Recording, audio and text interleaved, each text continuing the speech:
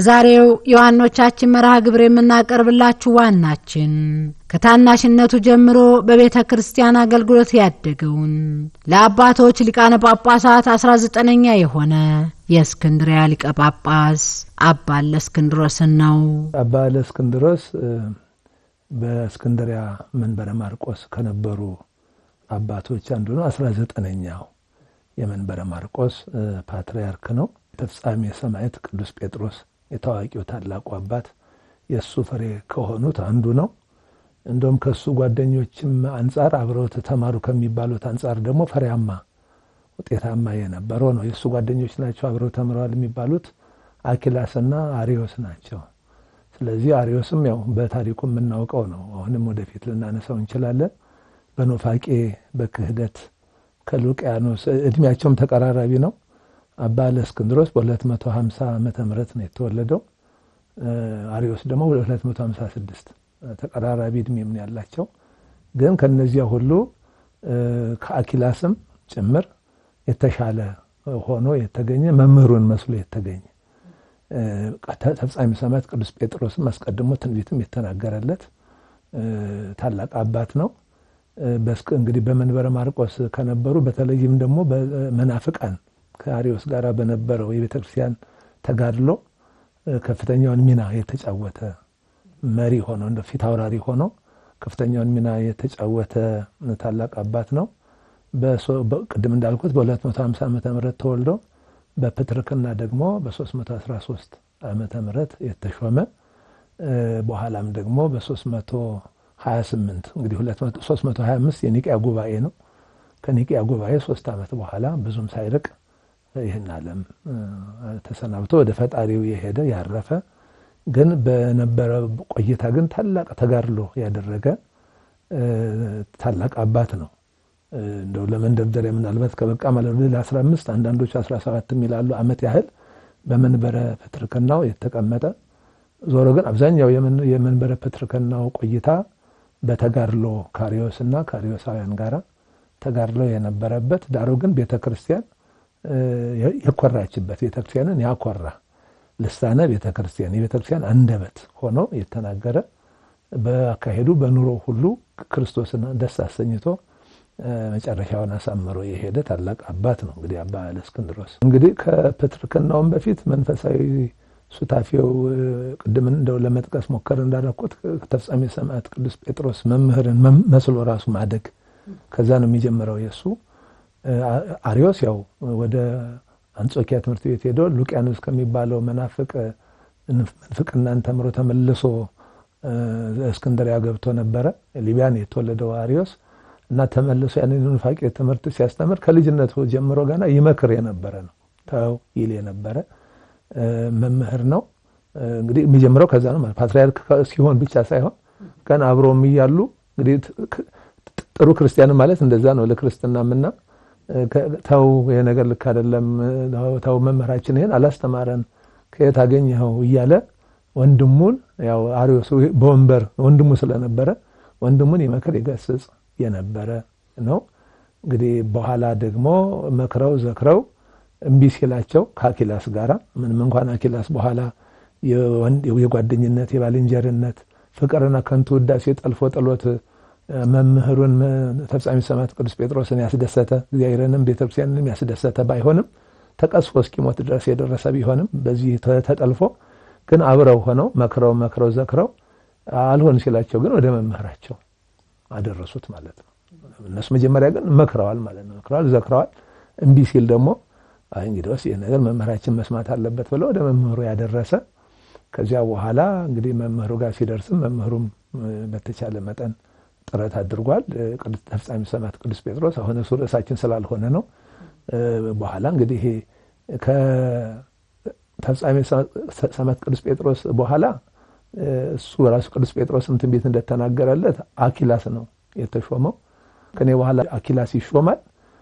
የባልንጀርነት ፍቅር እና ከንቱ ውዳሴ ጠልፎት እኔ ያሰርኩትን ያወገዝኩትን አሪዮስን ይፈታዋል። ከዛ በኋላ ይቀሰፋል።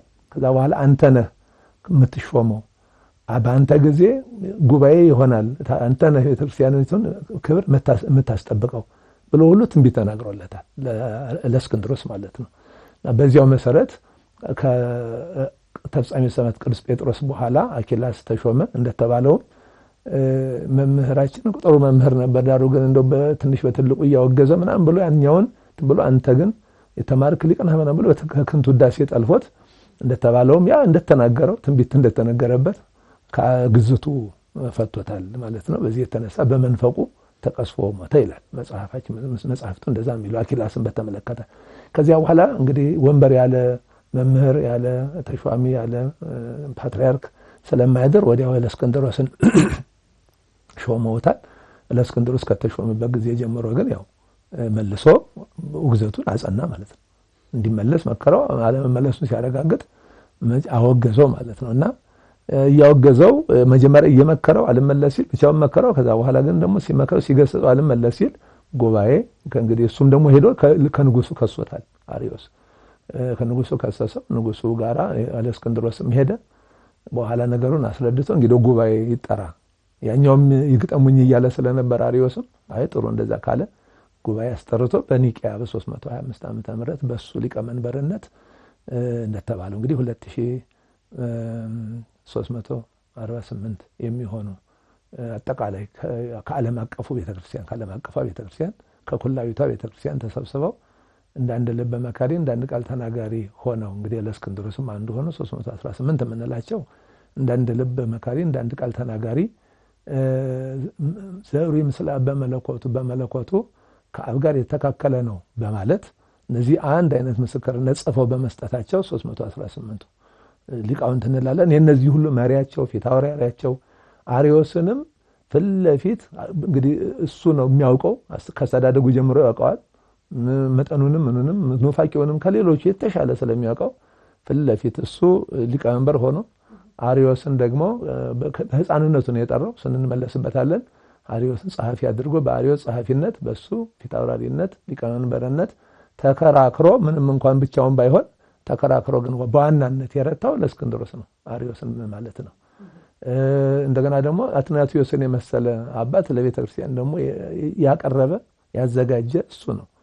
በህፃንነቱ ጀምሮ አይቶት እሱ እንደ ፓትርያርክ ሆኖ ሌሎች ገና ለዛውም ወደ ሃይማኖትም ሳይገባ ሌሎች ደግሞ ህፃናትን አስቀምጠው ሲያጠምቅ ምን ሲል የክርስትናን ስራ ሲሰራ ህፃንነቱ አይቶ መንፈስ ቅዱስ የጠርቶታል ምናምን ብሎ እናቱ ቤተሰቡ በሞተበት ጊዜ ወስዶ አሳድጎ አስተምሮ እሱን አስመስሎ እንደውም ከሱ የተሻለም ጭምር አድርጎ ቀርጾ ለቤተክርስቲያን 20ኛውን ታላቁን ፓትርያርክ ቅዱስ አትናቴዎስ ሐዋርያዊ የምንለውን እሱንም አባት ለቤተክርስቲያን ያፈራ ታላቅ አባት ነው። እንግዲህ ህዳር 9 ቀን አሪዮስን ተከራክረው ከዛ በፊት ያው ቀን እየተወያዩ መጻሕፍት እየተመለከቱ እየተከራከሩ ማታ ሌሊቱን ደግሞ በሱባኤ እየጸለዩ እያደሩ ህዳር 9 ቀን ያው በሱ ሊቀመንበርነት ዋናው እንግዲህ መንፈስ ቅዱስ ከነሱ ጋር ሆኖ ጌታችን አምላካችን መድኃኒታችን ኢየሱስ ክርስቶስም 319ኛ ሆኖ ይገኝ ነበር ነው የሚለው።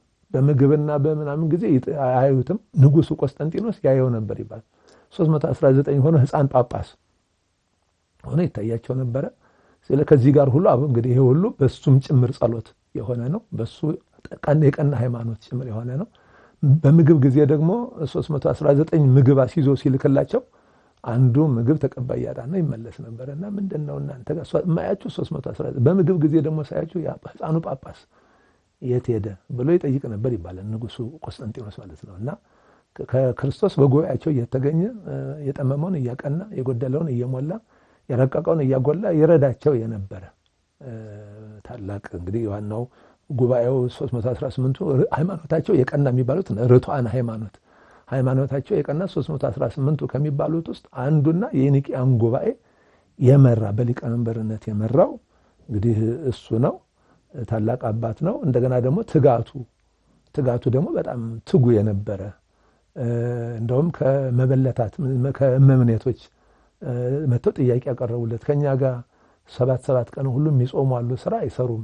7 ቀን ግን የሚጾሙ ሳይቀምሱ አንዳንድ ሱባኤ 2 ሱባኤ የሚጾሙ አሉ። 3ም 2ም ቀን ደግሞ እየጾሙ እንትን የሚሉ አሉ። ከኛ ጋር እንዲህ ያሉ መነኮሳያት አሉ ብለው ሲጠይቁት እኔ እንኳን ከነሱ ጋር አልደረስኩም።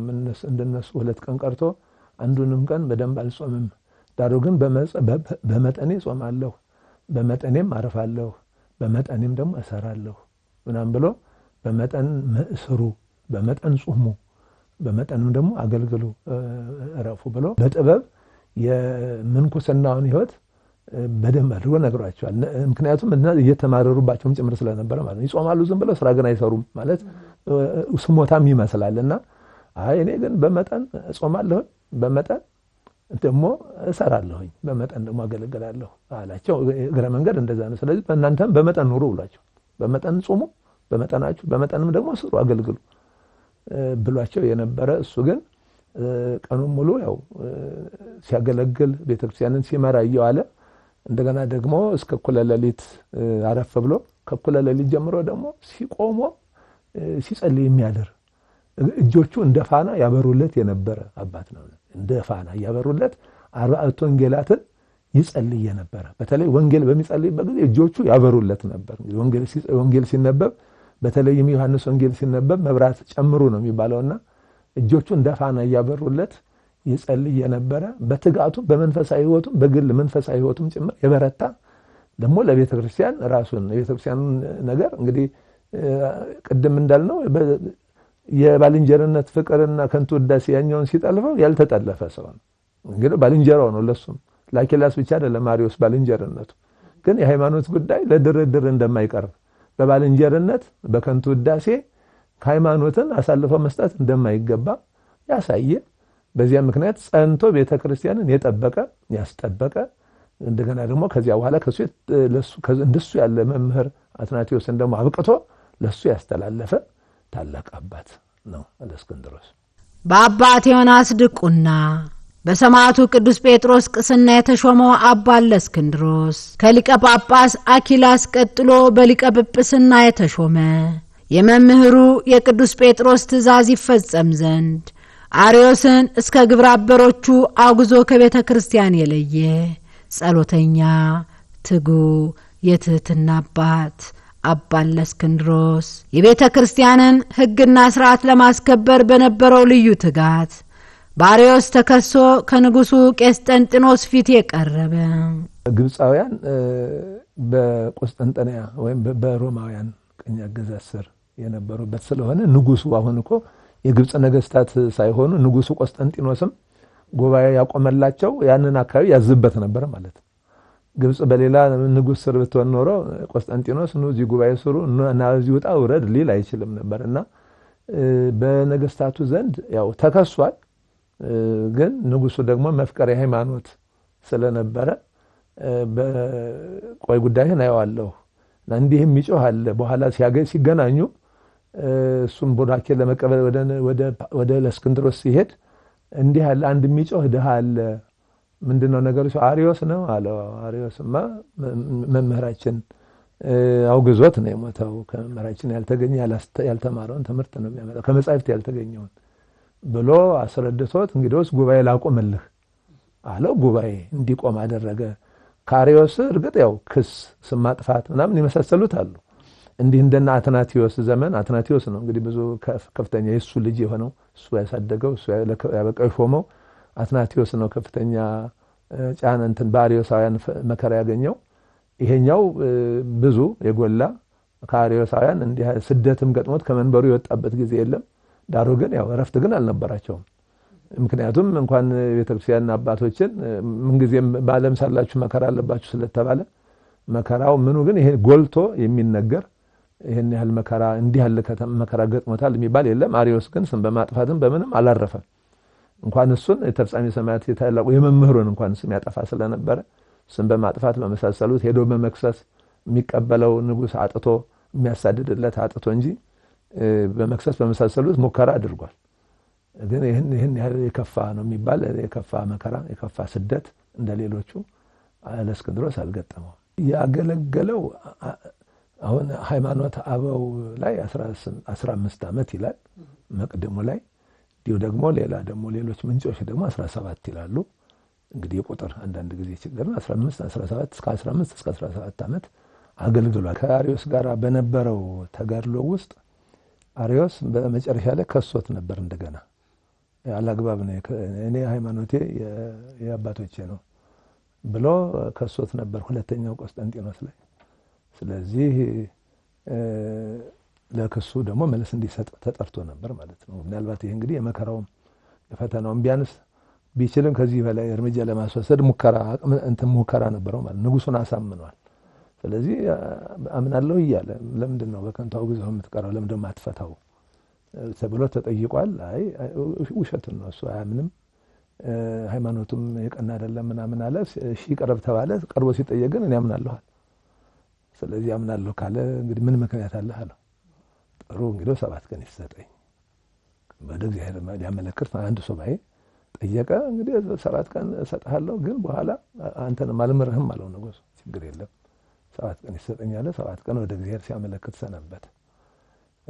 ከዚያ በኋላ ያው 7ቱ ቀን አንድ ነገር እግዚአብሔር ካላደረገ በሱ ላይ በቃ እኔ መፈታዋለሁ ከግዝቱ ከመመናን መቀላቀለዋለሁ ብሎ ለንጉሱ ቃል ገብቷል።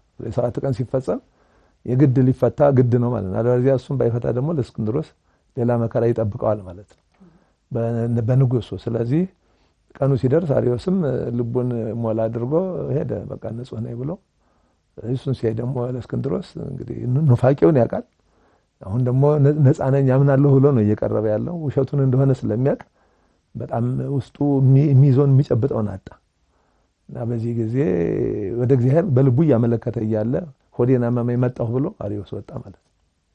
አሁን ያ እንግዲህ ጩኸቱ እቺ አንዱ ሱባኤ ምህላ ጸሎት ስራ ጀመረች ማለት ነው። እና አሞኛል ሲወደን መለሳለሁ ጠብቆኝ ብሎ መጣሁ ብሎ ሄደ እና ቆየ። ቢቆይባቸው ምንድነው ቆየ ብለው ሲወጡ ንዋየ ውስጡ ፈሶ በመጸደጃ ላይ ሞቶ ተገኘ ማለት ነው። እና አርዮስንም እንግዲህ ወደ እግዚአብሔር አመልክቶ እንደገና ተመልሶ ሳይመለስ ተመልሻለሁ ብሎ ሳያምን አምኛለሁ ብሎ ቤተክርስቲያኑን ሊበጠበጥ በዚያ እንትን ለዝግጅት ላይ በነበረበት ሰዓት እግዚአብሔር የቸርነቱን ስራ እንዲሰራ በተአምሩ አርዮስ ላይ ተአምሩን እንዲገልጽ ወደ እግዚአብሔር አመልክቶ አርዮስም ጭምር እንዲወገድ እንግዲህ በማድረግ ረገድ አስወጋጁ እግዚአብሔርም ቢሆን በማመልከት ረገድ ቤተክርስቲያንን ከአርዮስ መርዝ እግዚአብሔር ሆይ ከአርዮስ መርዝ ቤተክርስቲያንን ጠብቃት ብሎ ነው የጸለየው።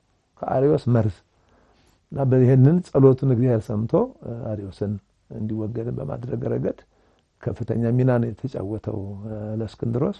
የኒቅያ ጉባኤ በቤተክርስቲያኒቱ እንግዲህ ከዓለም አቀፍ ከመንላቸው ጉባኤያት የመጀመሪያው ጉባኤ ነው። በ325 የተደረገ አርዮስ ተነሳ ቁጥር ይሄ የኑፋቄ እንግዲህ ርዕሰ መናፍቃን እስከመባል ነው የደረሰው አርዮስ። ያ ሁሉ በተነሳ ቁጥር ለእስክንድሮስን ሳያነሱ ስለ ኒቅያ ጉባኤ ወይም ስለ አርዮስ መወገዝ ወዘተ መናገር አይቻልም። ንጉሥ ቄስጤንጢኖስ በኒቅያ ለሚደረገው ጉባኤ ከጠራቸው 18ቱ የከበሩ አባቶች መካከል ለጉባኤው ሊቀመንበር ሆኖ በመመረጥ አርዮስን ተከራክሮ የረታ አባ ለእስክንድሮስ ጌታችን መድኃኒታችን ኢየሱስ ክርስቶስ ከአባቱ ከአብ ጋር ከሕይወቱ ከመንፈስ ቅዱስ ጋር በመለኮቱ ትክክል እንደሆነ ለአርዮስና መሰሎቹ ጠንቅቆ ያስረዳ። አርዮስ ከክህደቱ ባልተመለሰ ጊዜም ተወግዞ ከቤተ ክርስቲያን ተለይቶ እንዲሰደድ ታላቅ ሚናን የተጫወተ የቤተ ክርስቲያን ድምፅ አባ ለእስክንድሮስ በወንጌላዊው ማርቆስ መንበር ወንጌልን በማስተማርና በጎችን በመጠበቅ ለ17 ዓመት ከኖረው በመንፈሳዊ ሕይወቱና ዕውቀቱ ለበርካቶች አርያ ከሆነው ለጸሎት በቆመ ጊዜ 2 እጆቹ ከሚበሩለት ከቅዱስ አባት አባ ለእስክንድሮስ ሕይወት እኛ ምን እንማር ይሆን? በረከቱ ትድረሰን። ይሄ ነው መሰረታዊው ጉዳይ አባቶችን የምንዘክረው። አንደኛ በዘከርናቸው ቁጥር በረከታቸውን እናገኛለን። በእነሱን ባሰብን ቁጥር የነሱ አምላከ ለእስክንድሮስ አምላከ ሊቃውንተ ቤተክርስቲያን አምላከ ቅዱሳን በበረከቱ ይጎበኛናል። የነሱ በእነሱና የመጀመሪያው ለቤተ ክርስቲያን መሰጠት ራስን ከመምህራን እግር ስር ቁጭ ብሎ መማር የመጀመሪያው ነው። ከዛ ሊጀምር ከመምህር ርቱ ሃይማኖቱ ከቀና በህይወትም በንግባርም በአቃልም በአንደበትም በህይወትም ከሚያስተምር መምህር እግር ስር ቁጭ ብሎ መማርን ያስተምራል። የመጀመሪያው ይሄ ነው። ከተፍጻሜተ ሰማያት ከታላቁ ከዚያ ከቅዱስ ጴጥሮስ እግር ስር ቁጭ ብለው ከተማሩ ቅድም ለመጥቀስ እንደሞከርኩት ከሱ አንዱ ነውና ቁጭ ብሎ የተማረ በደንብ የተማረ ማለት ነው። ወደ አንድ ሹመት ከመውጣት በፊት ወደ አንድ እንደው ቅስና የሚሆን ጵጵስና የሚሆን ምንም ዲያቆን ድቁና የሚሆን እንደው ወደ ወይም አስተምራለሁ፣ ሰብካለሁ፣ አስተምራለሁ፣ መከራለሁ፣ ዘክራለሁ፣ ቤተክርስቲያን አገለግላለሁ ከማለት በፊት ከመምህር ሃይማኖቱ ከቀና ነው። ዝም ብሎ መምህርም አይደለም። መምህራን ብዙ ሊሆኑ ይችላሉ። ሃይማኖቱ የቀና በህይወትም ጭምር የሚያስተምር የህይወትም መምህር የፊደልም ብቻ ሳይሆን የህይወትም መምህር ከሆነ መምህር እግር ስር ቁጭ ብሎ መማር እንደሚገባ ነው መጀመሪያ የሚያስተምር። እንደዚህ አድርጎ ነው ለእስክንድሮስ ዝም ብሎ ከየትም መጥቶ አይደለም የተሾመው። ከዚያ ከእውነተኛ ከቀና ሃይማኖቱ ከቀና መምህር እግር ስር ተምሮ መምህሩን ደግሞ በቅንነት አገልግሎ ከመምህሩም ደግሞ ትንቢት ተነግሮለት ጭምር ነው። ሁሉ ላይ ነገርለት ይችላል። እርግጥ ለሁሉ መቼስ ትንቢት ነገር አንልም፣ ግን ትንቢትም ተነግሮለት የመጣ መምህር ነው። ከዚያ በኋላ ቅድም እንዳልኩት በደንብ ሁለተኛው የምንማረው በአገር ልጅነት በአብሮ አደግነት በብሔር በቋንቋ በዞር በመናመን የማይደለል በዚያ ልቡ የማይከፈል ለከንቱ ውዳሴና ለባልንጀርነት ብሎ ለአብሮ አደግነት ብሎ ለብሔር ብሎ ለመሳሰሉት ብሎ ያላደላ በሃይማኖቱ ያልተደራደረ ነው። አኪላስ ቅድም አይተናል። አኪላስ በባልንጀርነትና በአብሮ አደግነት ከንቱ ውዳሴ ሲደለልና መወገዝ በማይወገባው ነው ሲፈታው ለራሱም ቅስፈት ነው፣ ተቀሰፈ ነው የሚለው። ስለዚህ እንዲህ ያለ መቀሰፍን በእግዚአብሔር ዘንድም እንዳያገኘን እኛ አገልጋይነን የምንባል ከላይ ጀምሮ ያሉት አባቶች ጨምሮ እስከታች ለምእመናንም ጭምር ነው በእውነት የሚያስተምር። የሃይማኖት ጉዳይ የምንደራደርበት ጉዳይ አይደለም ነው። ባለመልጀነት በምናምን በቋንቋ በወዘተ በምናምን ብለን እንደው እንዲህ ቆይና ላላው ቆይ ይሄን ምናምን ብለን የምንደራደርበት ጉዳይ አለመሆኑን ያሳየ ከሱ የምንማረው ማለት ነው። ባልንጀራው ቢሆን ግን ከሃይማኖት አይበልጥም። ባልንጀራዬ ሃይማኖት አብሮ አደጌ ከሃይማኖት አይበልጥም ነው። ስለዚህ አብሮ መብላት አብሮ ምናምን አንድ ቋንቋ ተናጋሪ መሆን የምናምን መሆን ከሃይማኖት እንዳይበልጥብን አስተምረናል። ከሃይማኖት እንዳይበልጥብን በሃይማኖታችን ጉዳይ በእነዚህ አይነት ነጥቦች እንዳንደራደር ለእስክንድሮስ በደንብ አድርጎ ጥሩ መምህር ነው። ከዛ በኋላ ደግሞ ትጋቱ ቤተክርስቲያን እያገለገለ ደግሞ መንፈሳዊ ትጋቱ ደግሞ ያው እስከ መንፈቀ ሌሊት አረፍ የሚል የነበረው። ከዛ በኋላ ግን ከመንፈቀ ሌሊት ጀምሮ ሙሉ ሌሊት ደግሞ ሲተጋ ሲጸልይ የሚያደር ስለ ቤተክርስቲያን ይተጋ የነበረ። አሪዮስም እንግዲህ መናፍቃን እንግዲህ አሪዮስን እንደመነሻ አድርገው ነው መናፍቃን በቤተክርስቲያን ላይ ልዩ ፈተና ባመጡባት ጊዜ አንድ ሳምንት ይሰጠኝ ብሎ ሱባኤ ገብቶ እኮ አሪዮስ እንዲወገድ ያደረጋል። ስለዚህ የጸሎት ሰው በቃ በሱባኤ ወደ እግዚአብሔር አመልክቶ ስለ ቤተክርስቲያን በቃ ከአሪዮስ መርዝ ጠብቃት እግዚአብሔር ሆይ ብሎ ያለ ማለት ነው። ምክንያቱም አስመስሎ ላይላዩን ተቀባብቶ አመንኩ ብሎ ውስጡ ግን ሳያምን እየመጣ እንደሆነ ስላወቀ ከእንዲህ ያሉ አማኝ ከሚመስሉ ቤተክርስቲያንን ግን ከሚወጉ አማኝ እየመሰሉ ምዕመናንን እያታለሉ ከበረቱ ከመንጋው ከሚነጥሉ መናፍቃን ቤተክርስቲያንን ማለት ምዕመናንን ይጠብቅ ዘንድ ሁላችን መጸለይ እንዳለብን ጭምር ያስተማር። በጎን እየተጋ በክርክር በምንም ጉባኤ እየሰራ ምን እያለ በጎን ደግሞ በጸሎት እየተጋ ነበር። ስለዚህ ከምዕመናን ጀምሮ እስከ ላይ ያሉት አባቶች ሁሉ ቤተክርስቲያኑን አሁንም ከመናፍቃን መርዝ እንዲጠብቅ እኛን ሁላችን እንዲጠብቀን መትጋት እንዳለብን መጸለይ እንዳለብን ያስተማረን ታላቅ አባት ነው። ከሱ ህይወት ይሄንንም እንማራለን። ሌላው ከሱ ህይወት የምንማረው ደግሞ ለቤተ ክርስቲያን ተተኪ በደም እሱ የቀና ሃይማኖት ካለው ከቅዱስ ጴጥሮስ እግር ስር አድጎ ቅዱስ ጴጥሮስን መስሎ ወጣ። እንደገና ደግሞ እሱን መስሎ ደግሞ የሚወጣ ተተኪ ደግሞ አዘጋጀ። ተተኪ ደግሞ የመተካት በማንኛውም አገልግሎት ማለት ነው። በማህበራትም አገልግሎት በይ፣ ሰንበት ትምህርት ቤትም በዩ፣ አባቶችም ይሄ ጉባኤ መምህራንም በዩ እውነተኛ ተተኪ ለቤተ ክርስቲያን ሐሳቢ የሆነው እሱ ቅድም እንዳልነው አትናቴዎስን ነው የተካው። አትናቴዎስ ሐዋርያዊ የአሪዮሳውያንን መርዝ ነቃቅሎ ያጠፋ፣ አሪዮሳውያን በጣም በእጅጉ ይጠሉት የነበረ ብዙ የሚያሳደዱትና በኋላ ግን ለቤተ ክርስቲያን ግን እስከ መጨረሻው ድረስ ራሱን አሳልፎ አትናቴዎስን የመሰለ ነው ተክቶ የሄደው። ስለዚህ ተክቶ መሄድ መቼም ሄደን መጠራታችን አይቀርም። እስከምንጠራ ጊዜ ድረስ ግን ሁሉም በተሰማራበት የአገልግሎት ዘርፍ ተተኪ እውነተኛ ተተኪዎችን አገልግሎቱን ሊሸከሙ የሚችሉ ጊዜውን የዋጁ ተተኪዎችን የማፍራትን ነገርም አትናቴዎስ ቅዱስ እለእስክንድሮስ አስተምሯል። አትናቴዎስን ተክቶ ነው ሄደው በወንበሩ የተሻለ እንደውም ማለት ነው ከመምህሩ የሚበልጥ ደቀ መዝሙር የለም ተብሏል። ግን በእውነት ከሱ የተሻለ ነው ብለን ደፍረን ባንናገርም ግን ለቤተ ክርስቲያን የሚገባትን መሪ ተክቶ የሄደ በህይወቱ እግዚአብሔርን ደስ ያሰኘ በጊዜው ሁሉ ስለ ቤተ ክርስቲያን የተሟገተ የቤተ ክርስቲያን ልሳን ቤተ ክርስቲያን አንደበቷ ልሳነ ቤተ ክርስቲያን ነው የሚባለው። ስለዚህ ሁሉም የቤተ ክርስቲያኑ ልሳን እንዲሆን ጭምር አስተምረናል። እና አይመለከተኝም ይሄን ከሌ ነው ምናምን ሳንል ሃይማኖታዊ ጉዳይ የቤተ ክርስቲያን ጉዳይ ይመለከተናል ደረጃችንን ጠብቆ ማለት ነው። እንግዲህ አባቶችን የሚመለከተው አባቶችን ይመለከታቸዋል። ሁሉም በደረጃው ቀሳውስትን የሚመለከትም ደግሞ ድርሻ አለ። ዲያቆናቱን የሚመለከት አለ። ምዕመናንንም የሚመለከት ጉዳይ አለ። የሃይማኖት ጉዳይ ለነከሌ ለነንቶኔ ብለን አሳልፈን ሰተን አይኛ አይመለከተንም ብለን ዳር ቆመን የምናልፈው ጉዳይ አይደለም። ይሄንን እለእስክንድሮስ አስተምሯል። የቤተክርስቲያን ልሳን መሆንን እሱ በዘመኑ ሁሉ የቤተክርስቲያኒቱ ልሳን ነው። ቤተክርስቲያን በሱ አንደበትነት ነው የተናገረችው። ስለዚህ ቤተክርስቲያን ስለ ቤተክርስቲያን ስለ ሃይማኖት ስለ ቀኖና ስለ ዶግማ ስለ ሥርዓት የማይደራደር ማንነትን ለአባቶችም በዩ ለምዕመናንም ለወንድም ለሴትም በዩ በኦርቶዶክስ ተዋሕዶ ቤተክርስቲያን መሪ አባቶችም ልጆችም ለሁላችንም ጭምር ያስተማረ ታላቅ አባት አንደበቷ መሆን እንደሚገባ በአግባቡ በሥርዓት ቤተክርስቲያኒቱን ማገልገል ከመናፍቃን እንድትጠበቅ የመናፍቃን ሁኔታ ይከታተል ነበር። ስለዚህ በአሁንም በተሐድሶም በምንም አሁን ድምጻቸውን አጥፍተው ምንም ውስጥ ለውስጥ የሚንቀሳቀሱ በርካታ አሉ። በብዙ መንገድ ቤተክርስቲያኒቱ ተወጥረን ያለችው። ስለዚህ ከነዚህ ሁሉ ተመሳስለው የቤተክርስቲያን መስለው በቃ የቤተክርስቲያን እንደው ፊት ለፊት አሉ የሚባሉ ተሟጋችም ጭምር መስለው ግን በውስጣቸው መርዝ የታጠቁ ደግሞ ይሄን ይኖራሉ። እኛ ምናልባት ማናውቃቸውም ብዙ ይኖራሉ። ግን ተግተን በጸሎትም ደግሞ እንደገና በተለያየ መንገድ ተግተን ተመሳስለው ቤተክርስቲያኒቱን ከሚያጠቁ ከውጭና ከውስጥ የቤተክርስቲያን ጠላቶች ቤተክርስቲያንን እንድንጠብቅ በሚገባ ነው ያስተማረን። እንደገና በልክ መብላት ለነዛ ለመምኔቶቹ ይሰራን በልክ ብሉ በልክም ስሩ በመጠናችሁ በቃ ሰው ሳይለግም ግን በመጠኑ ከመጠኑ ካለፈ ደግሞ ማጉረምረም እንዳይመጣ በልክ ብሉ። እኔ በልክ ነው የምበላው በልክ ነው የምሰራው የሚለው ያስተምረናል። ስለዚህ በልካችን እንድንኖር አባቶችን በአባትነታቸው ልክ ቀሳውስቱ በቀሳውስትነታቸው ልክ መነኩሴው በምንኩስናው ልክ ምንኩስናው በሚጠይቀው ማለት ነው።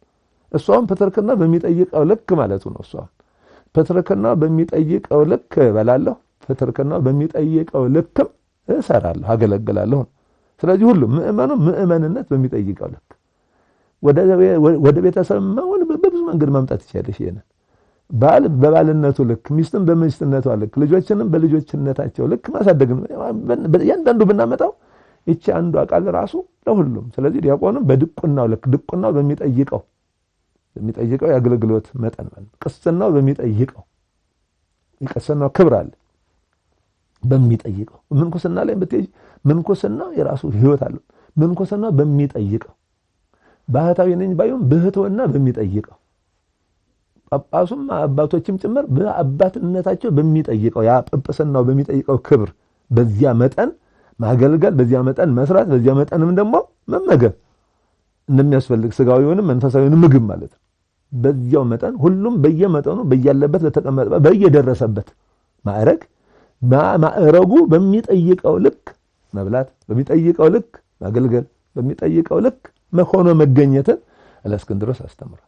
ለጊዜው ለመምኔቶቹ እንዲህ አላቸው ባለ እንጂ ግን እንዲህ ነው ለጊዜው ነው ለነሱ ለፍጻሜው ለኛ ይሄንንም ጭምር ያስተምረናል። ትጋትን ከከንቱ ውዳሴ መሸሽን አኪላስ ይተጠለፍ አልተጠለፈም በከንቱ ውዳሴ ከከንቱ ውዳሴ መሸሽን በተሰጠው ዘመን ሃይማኖትን ጠብቆ ነው ምዕመናንን ጠብቆ ነው ሄደውና በተሰጠን ዘመን ሃይማኖታችንን የራሳችንን እንደገና ደግሞ በአቅማችን በመናገለግልበት ደግሞ ምዕመናን ቤተክርስቲያንን ጠብቀን ማለፍ እንደሚገባን ለቤተክርስቲያን ለቀኖናዋ ለዶግማዋ ለሥርዓቷ ዘብ ቆሞ ነው ያሳለፈው እሱ። ስለዚህ ለቤተክርስቲያን ለቀኖናዋ ለዶግማዋ ዘብ ቋሚ መሆን እንዳለበት ሁሉም ለየነ ከሌናቸው ቆኔና ይመለከተኝም ሳይል ቅድም እንዳልኩት ሁሉም ለዚች ተዋህዶ ቤተክርስቲያን ለሥርዓቷ ለቀኖናዋ ለዶግማዋ ለእያንዳንዱ ነገር በቃ ዘብ መቆም እንዳለበት ጭምር ዘብ ቆሞ ያሳየን ያስተማረን ታላቅ አባት ነው።